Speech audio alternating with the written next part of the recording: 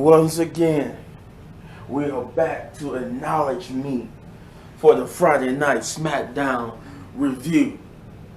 I am your tribal chief, LilBigMan Gaming, bringing you another review for Friday Night Smackdown. Now, YouTube world, acknowledge me.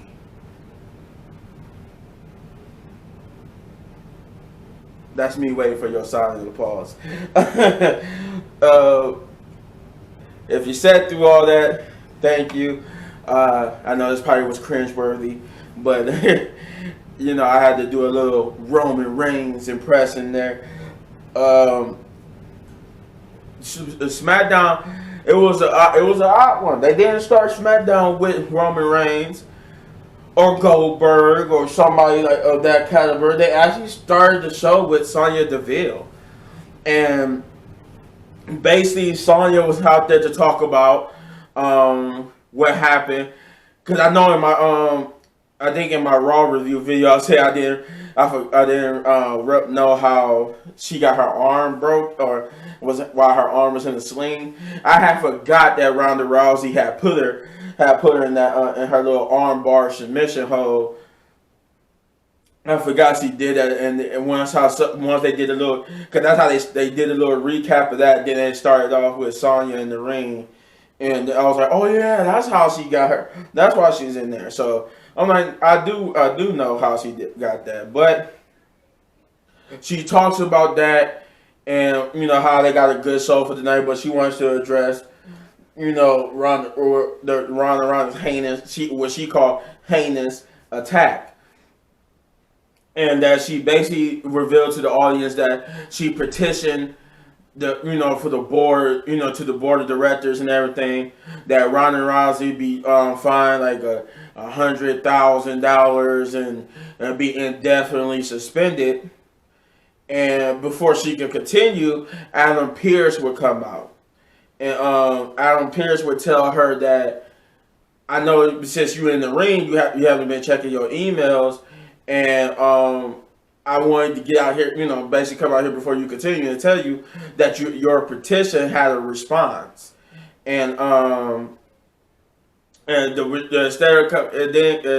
didn't come from the board. It came from none other than Vincent Kennedy McMahon himself. And that Vince McMahon basically said in the email that it has come to, basically he realized, it came to his attention that Sonya Deville has been abusing her power, mainly when it comes to Naomi. And so basically everything she did to Naomi, the Royal Rumble, all that type of stuff, Vince McMahon has acknowledged that she has been doing this. So he said, first things first, your petition for Ronda to be fined and suspended has been denied. Now Ronda would not be fined $100,000, and she would not be suspended indefinitely. Furthermore, because of your heinous actions of abusing your power, he's going to show you his power, and that he has now banned her from ever not only interfering from in Naomi's match. I thought, I think he's according to me, it's from what he was saying. Naomi, not only that she couldn't interfere in Naomi's championship match with Charlotte Flair, she couldn't interfere with Naomi at all. That's what he said. That he said that. And the reason why I point that out is because of what happened later on in the night. But it seemed like he said at all, not just for that match. He said at all, cause he didn't want Naomi and he didn't want her to interfere with Naomi at all, and that if she did, her job would be in serious jeopardy. This will bring out Naomi, who would basically come out and taunt her, basically by telling her, I noticed that Vince McMahon said that you can't put your hands on me, but he ain't saying nothing about me putting my hands on you. And she would slap her and basically leave her and taunt her, leave her in the ring. this will bring out the this will bring us to our first match of the night, which was a tag team match coming out from last week. The New Day of Kofi Kingston and Big E versus Los Lotharios. Now, what the thing I like, this was a good match. This was a good match to start off Friday Night SmackDown. The problem I have is that apparently, if you don't know, apparently they are not, even though it says the New Day on the Titantron and everything. I guess apparently the story is that they're not allowed to refer to Big E and Kofi Kingston as the New Day. Apparently now, I guess they only can be referred to New Day when Xavier is there. But when I guess if there's only two of them, they're not allowed, or at least I don't know. It's only if it's only two of them. The story, from what the story is being said, is just said that Big E and Kofi won't be referred to as the New Day. And as you saw on there, instead of saying the New Day, it just said Big E and Kofi Kingston. And then I think we also got an explanation too why, according to Dave Meltzer, why Big E got moved to SmackDown is because Vince McMahon missed the magic that New Day made when it was all together. And the only reason why he split up Big E was because when you're a top babyface, you're supposed to be on your own. You're not supposed to be a part of a group. I don't know. It's such bull. But the match itself was good. The match itself was New Day versus Los Lotharios was good. I mean, it had. This was that I didn't think I was going to be into it, but I was way into it. Like it was. This was good. It was like they have near falls after near falls. Like, oh my god! And it was only one other match that was like this. They had near fall. They hit their moves. It was good. This was the best. I think this was the best match I've seen Angel Garza and Humberto Carrillo ever.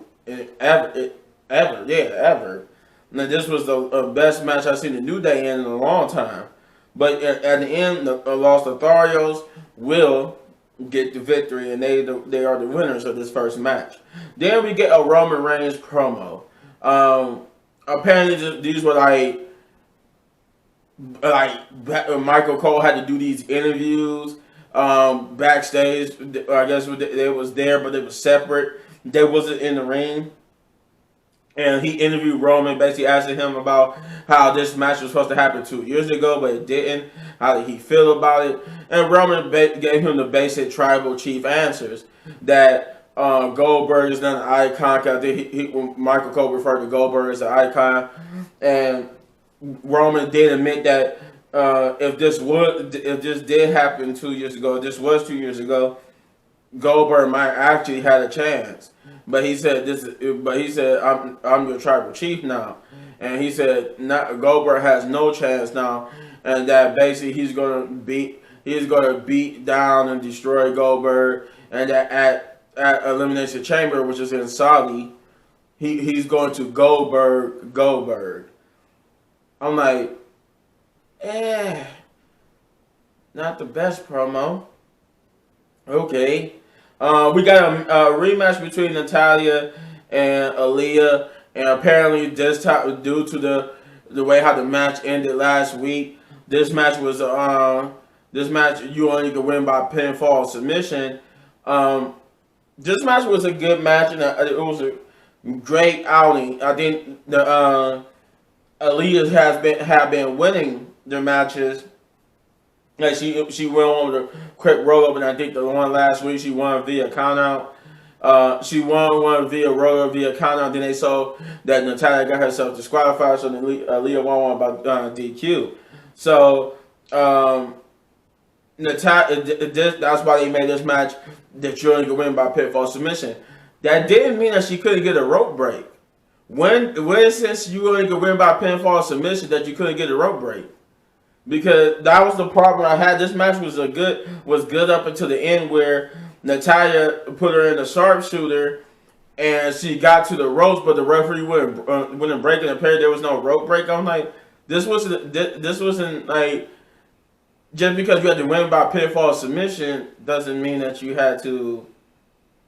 There was no rope break. There should have been a rope break there, but apparently there was no rope break, and Natalya won via submission.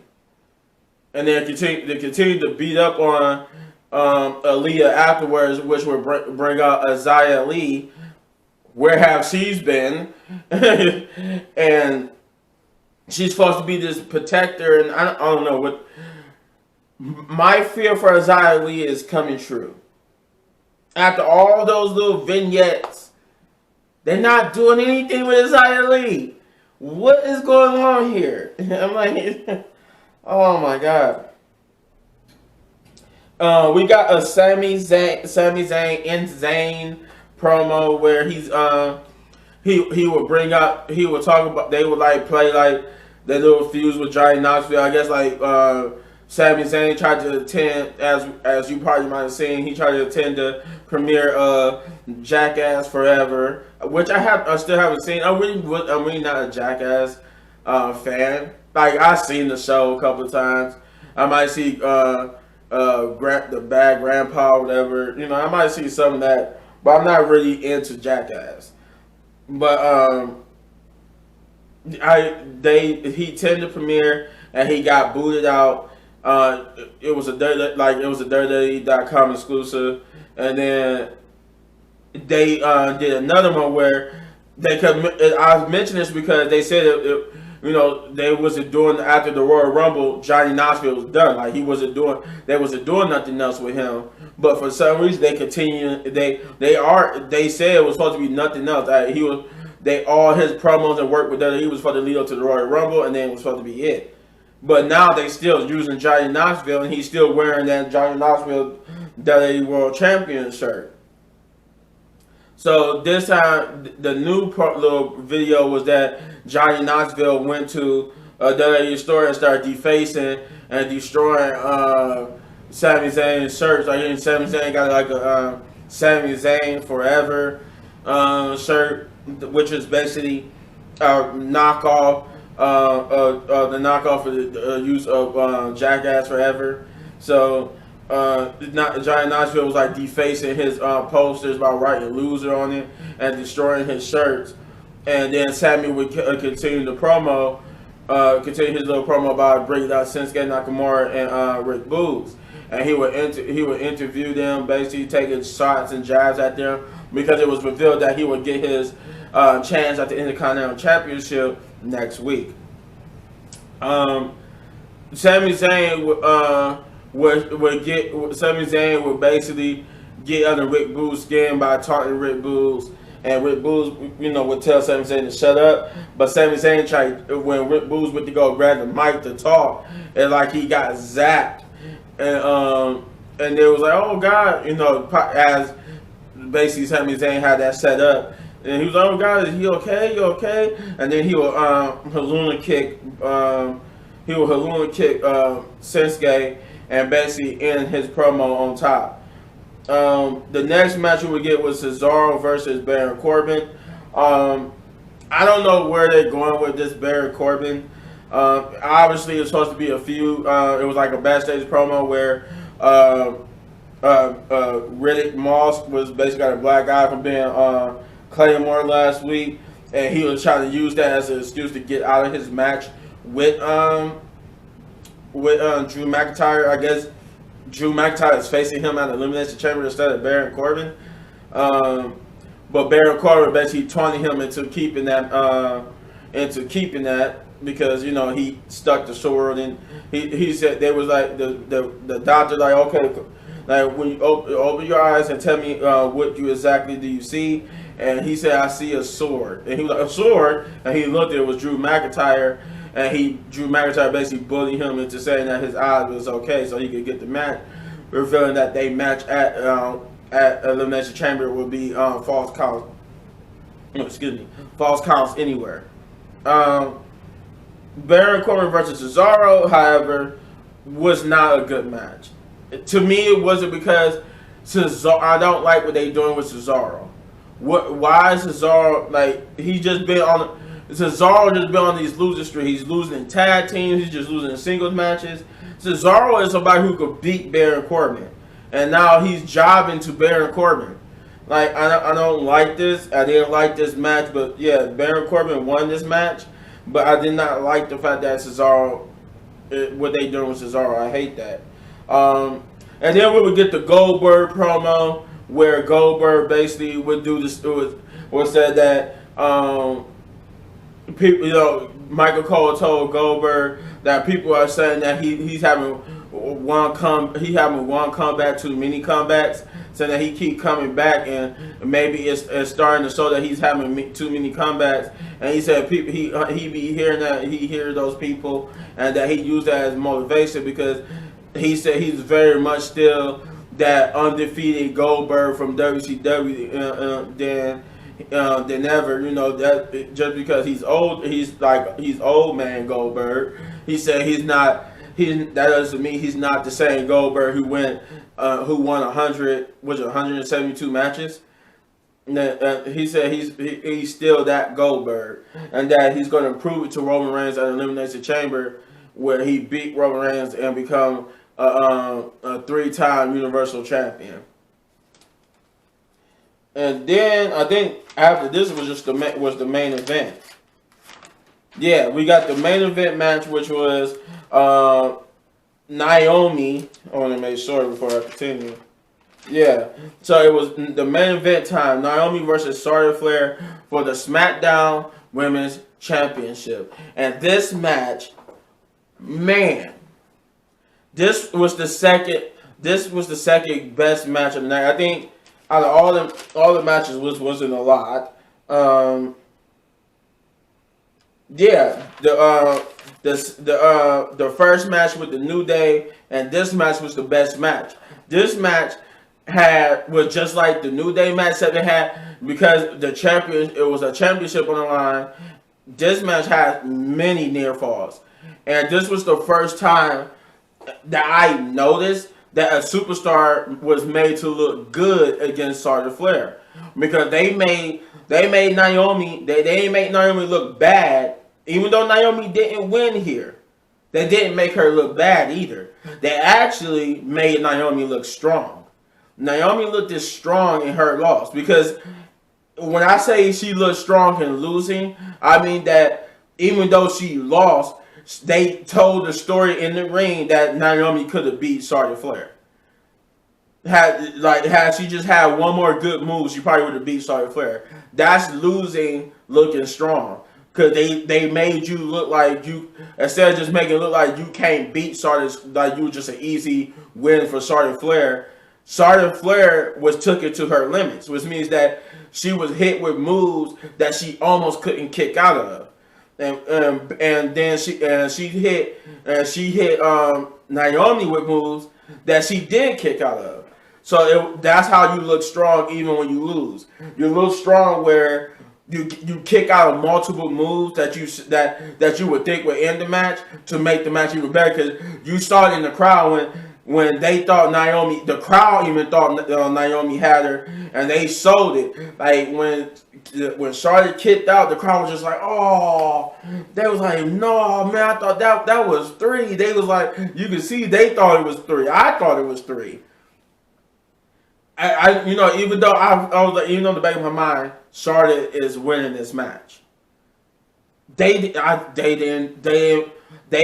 match was that good to where I was like, they might actually let Naomi win here. But it wouldn't make sense, because if Ronda challenged Charlotte at WrestleMania, why would they let Naomi win here?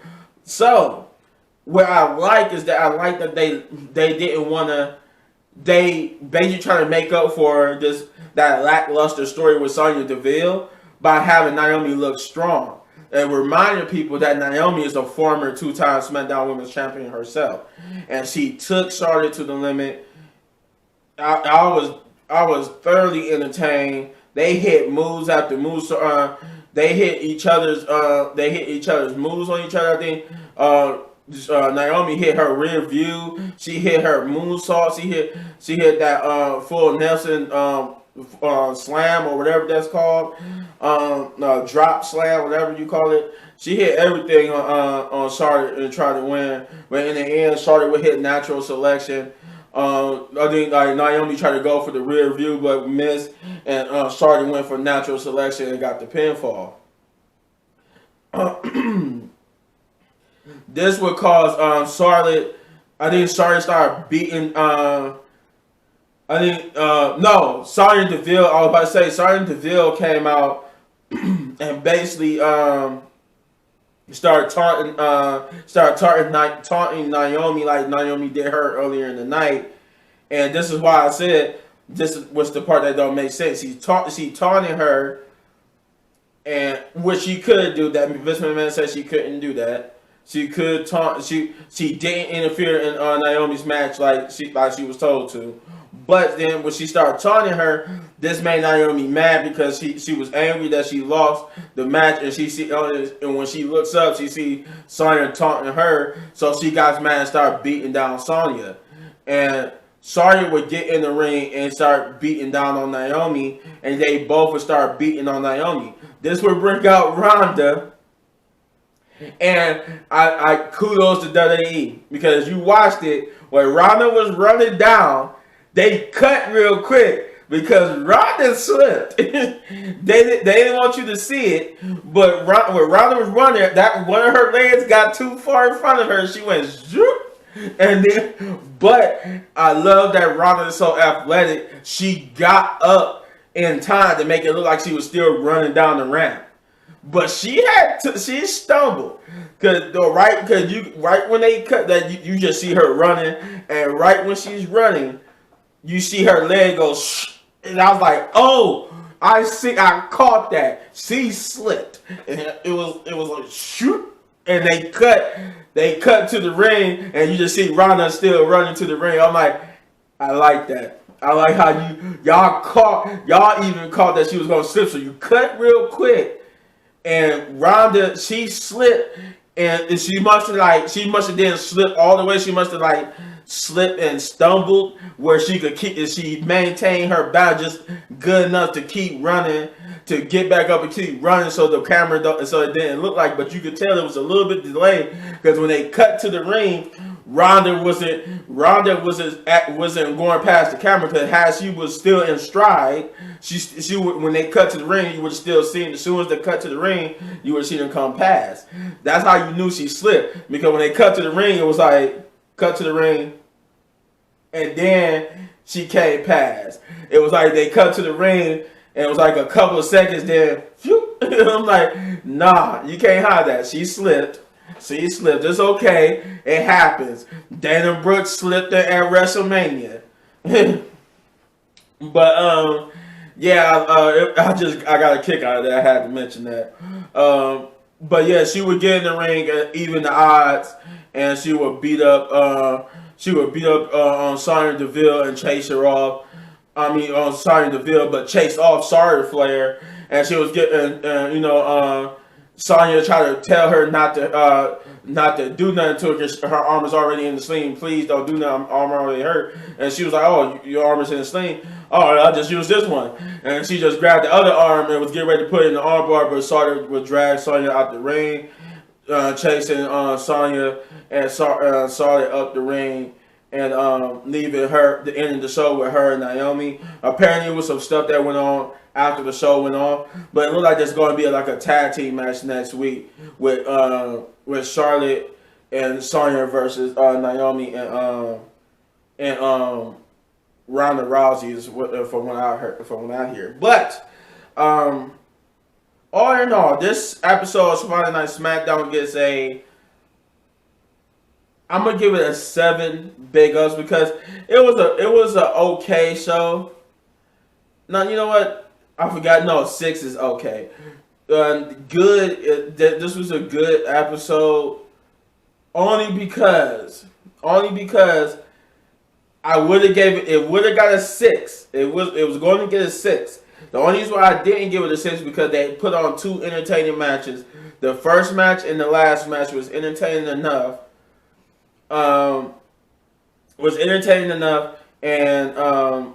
and Ronda Rousey slipping, that kind of be like, okay, I give it a 7. But otherwise, other than that, to me that was only a good thing. Everything else, like the promo, all the promos, and like it just didn't work for me this episode. This episode didn't work for me in terms of promo. Like Roman Reigns and Goldberg, I love Goldberg and I love Roman Reigns, but they promos wasn't good at all.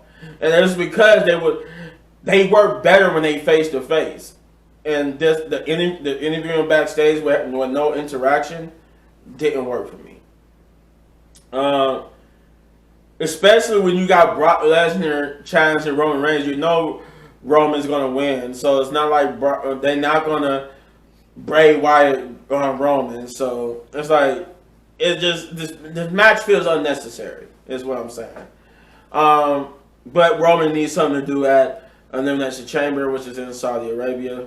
But yeah, if you enjoyed this video and this review, then hit that button right there in the upper right corner for all of my wrestling reviews. And if you enjoyed this video so much you want to support the channel, then all you gotta do is hit that like button, hit that subscribe button, hit that notification button so you get notified when I drop videos, and share. Do all those great things, because that's how you support the channel.